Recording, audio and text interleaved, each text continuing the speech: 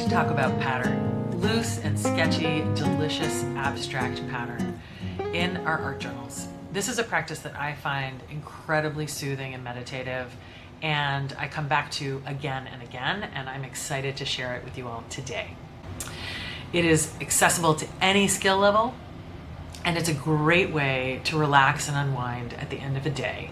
And the practice has real benefits in that you get to know your materials, you understand color relationships. There are some foundational skills that if you take the time to do this, really develop over time. And I am so thankful for some of the things that I have learned through this practice.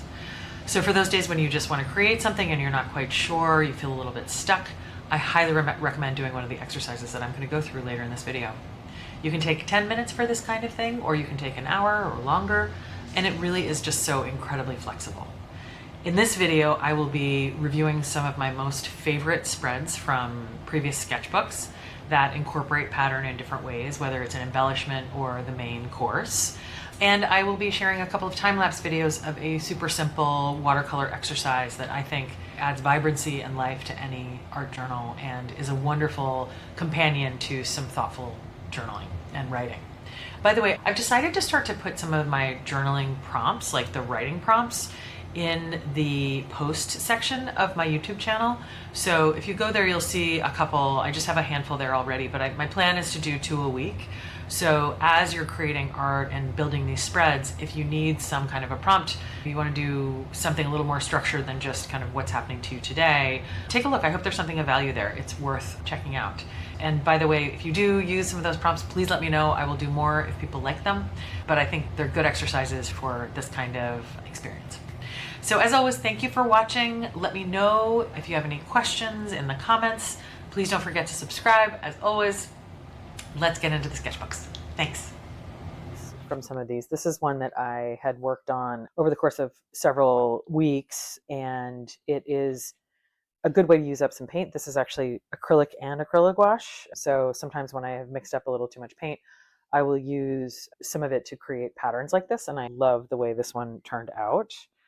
There's another one here where I was using a limited palette for this landscape, which was a study for a bigger piece.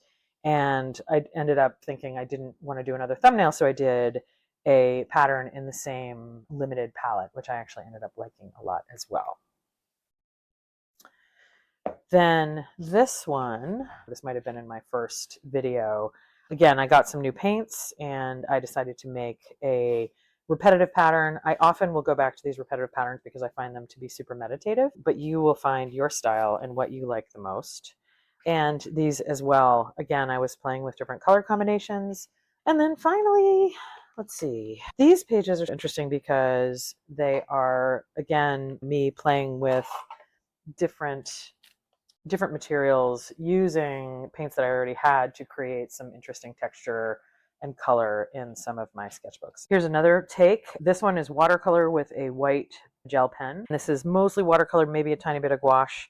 And this is in one of my trip sketchbooks, which I will at some point walk through. I don't think I've ever done a walkthrough of this one. It was from a trip that I did a couple summers ago. And so this is one of the fun kind of play pattern pages. And I think it turned out really interesting.